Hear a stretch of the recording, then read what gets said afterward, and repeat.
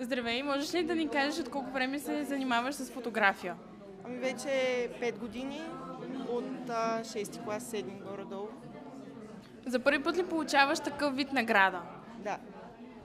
Какви са твоите планове за бъдещето и смяташ ли да продължиш с фотографията? Не знам още, обмислям го, но наистина не знам. Благодаря. Да.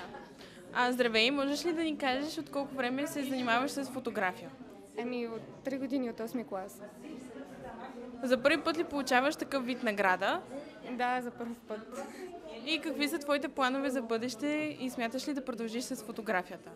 Ами по-скоро ще ми остане като хоби, няма да продължа. Благодаря.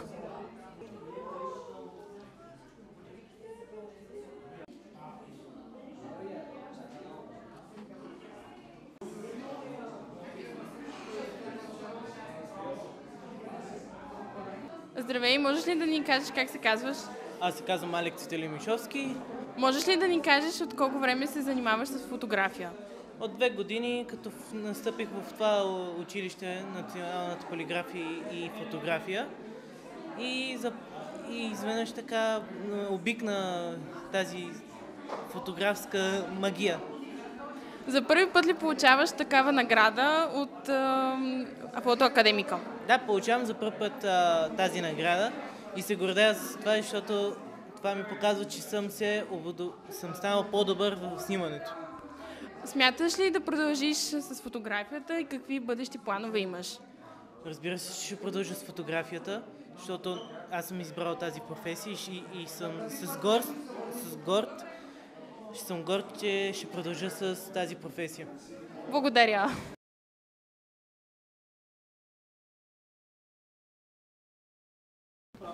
Здравей, би ли ни се представил? Здравейте, аз съм Андрей Асенов Михайлов от 11 клас от Националната гимназия по полиграфия и фотография. От колко време се занимаваш с фотография? Съвсем скоро ще станат близо 5 години и да, горе до 5 години. За първи път ли получаваш такъв вид награда? Не за втори път ми и за мен наистина е изключително голяма чест да получавам за втори път такава награда и като цяло да я получа, защото това не е лесен конкурс и със сигурност много се постарах за снимките, защото това е има сериозна конкуренция от доста голям брой фотографии. Смяташ ли да продължиш и в бъдеще с фотографията?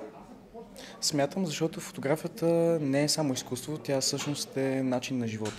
С фотографията всъщност аз успявам да разпусна и по някакъв начин да покажа света през моята гледна точка. Затова смятам да продължа, защото това е моят начин да се изразя. Благодаря.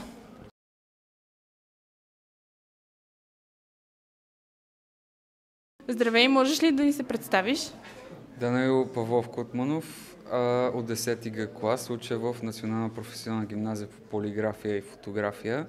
Вече уча фотография от 3 години и за втори път взимам награда на този конкурс, за което много се радвам, защото той е много важен според мен за изявата на младите фотографии и хора, които много харесват да се занимават с тази дейност.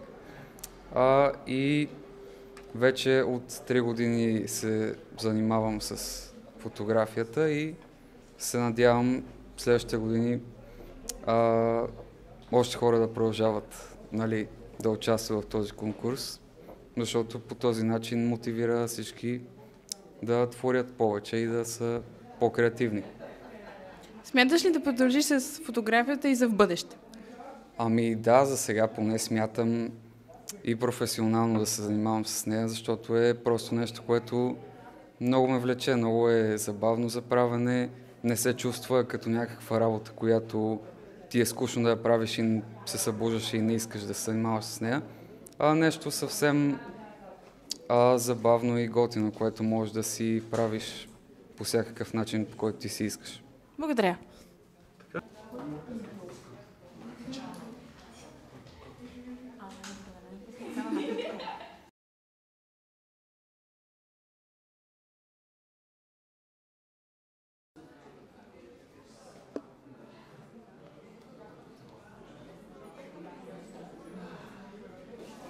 Здравей, от колко време се занимаваш с фотография?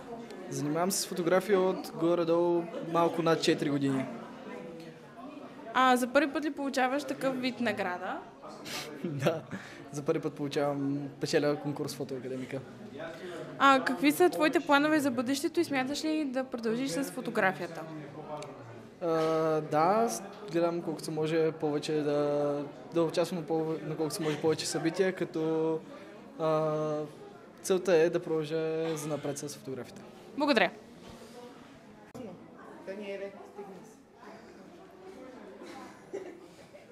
Благодаря.